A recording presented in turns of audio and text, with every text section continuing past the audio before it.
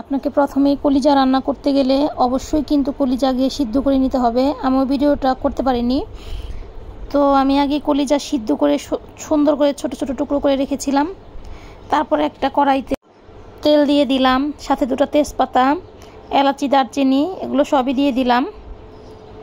দিয়ে দেওয়ার পরে একটু পরেই তেলটা গরম হওয়ার পরে পেঁয়াজ কুচি দিয়ে দিলাম। পেঁয়াজটা ভালো করে আমি একটু ফ্রাই করে নিব। দেন সাথে একটু লবণ, আদা রসুন বাটা, এখানে হলুদ মরিচের গুঁড়া সব কিছু দিয়ে দিব এক এক করে, এবং মশলাটা ভালো করে নেড়ে নিয়ে নিব। সাথে একটু পানি অ্যাড করব।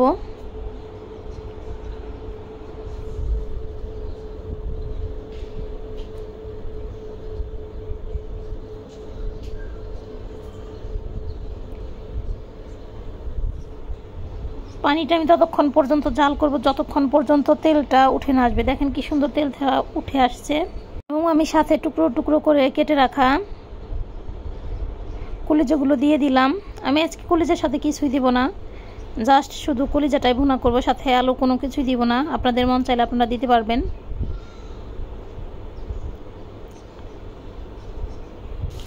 এই তো খুব সুন্দর করে এটা মাখিয়ে এটাকে নিলাম মশলাটার সাথে, এবং আমি আর একটু পেঁয়াজ কুচি আর 2-1টা লঙ্কা দিয়ে দিলাম, এবং এটা মিনিমাম 5-10 মিনিট এভাবে কষাতে হবে খুব সুন্দর মিডিয়াম আঁচে দিয়ে। আমার কষানোটা অনেক সুন্দর হয়ে গেছে, দেখেন অনেক ভালো হয়েছে। এখন আমি আগে থেকে একটা পাত্রে পানি গরম করে রেখেছিলাম, আমি আস্তে করে পানিটা দিয়ে দিব।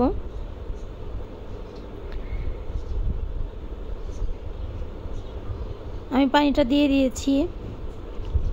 এখানে পানিটা দিয়ে মোটামুটি 20-15 মিনিট আপনি ঢেকে জাল দিবেন। জাল দেওয়ার পরে পানিটা শুকিয়ে আসলে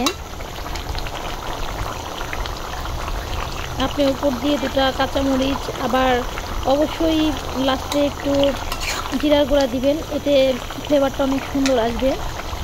আমার রান্নাটা মোটামুটি হয়ে গেছে, দেখেন খুব সুন্দর রান্না হয়ে গেছে।